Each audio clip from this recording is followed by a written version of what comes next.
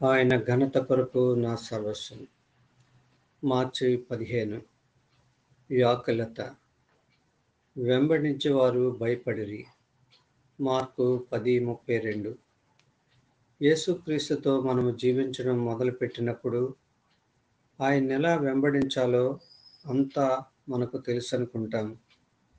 అన్నీ విడిచిపెట్టి ఆయన పట్ల మనకెంత ప్రేమ ఉందో ప్రకటించడం ఆహ్లాదాన్నిస్తుంది. అయితే రాను రాను మనలో ఆ ఆహ్లాదం ఉండదు. మనకు కొన్ని నూతన విషయాలు బోధపడతాయి. యేసు మనకంటే చాలా ముందు నడుస్తున్నాడని, ఆయన గురించి తెలుసుకోవలసినవెన్నో ఉన్నాయని గ్రహిస్తాం. యేసు వారికి ముందు నడుచుచుండగా వారు విస్మయముందిరి. మార్కు 10:32.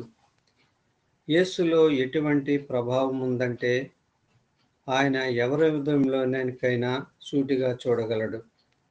ఆయన ఎవరిలోనైనా ఆధ్యాత్మిక ఆకలి దప్పులు కలిగించగలడు.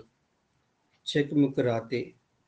యెషయా 57 వంటి ముఖంతో వర్ణనాతీతుడైన యేసు నా ముందు నడవడం నాలో విస్మయం కలిగిస్తుంది. ఆయనలో నాకు తెలియనివెన్నో ఉన్నాయి. ఆయన కేవలము నాకు హితుడు మాత్రమేనా, స్నేహితుడు మాత్రమేనా? అంతకంటే అధికుడైన. నేను చేయగలిగినది ఆయన వైపు విస్మయముగా చూస్తూ ఆశ్చర్యపడడం మాత్రమే. మొదట్లో ఆయన గురించి అంతా నాకు తెలుసనుకున్నాను. ఇప్పుడలా కాదు. ఆయన గురించి ఇంకా నేను చాలా తెలుసుకోవాలి.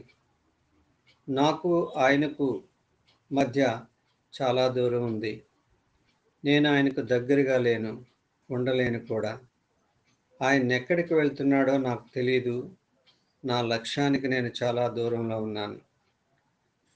ప్రతి పాపం గురించి, మన దుఃఖం గురించి యేసుకెలా తెలుస్తుందనే భావన నాలో ఉంది.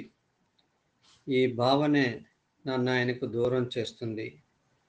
ఈ భావన మనలో లోతుగా పాతుకొని ఉన్నప్పుడు ఆయన గురించి మనకు నిజంగానే తెలియదు. యేసు స్వభావంలో కనీసం ఒక అంశాన్ని కూడా మనం గుర్తించలేము. ఆయన ఎలా వెంబడించాలో కూడా మనకు తెలియదు. ఆయన మనకు దూరంగా ఉన్నాడని, ఆయనతో మనకు సన్నిహితం లేదని భావిస్తుంటాం.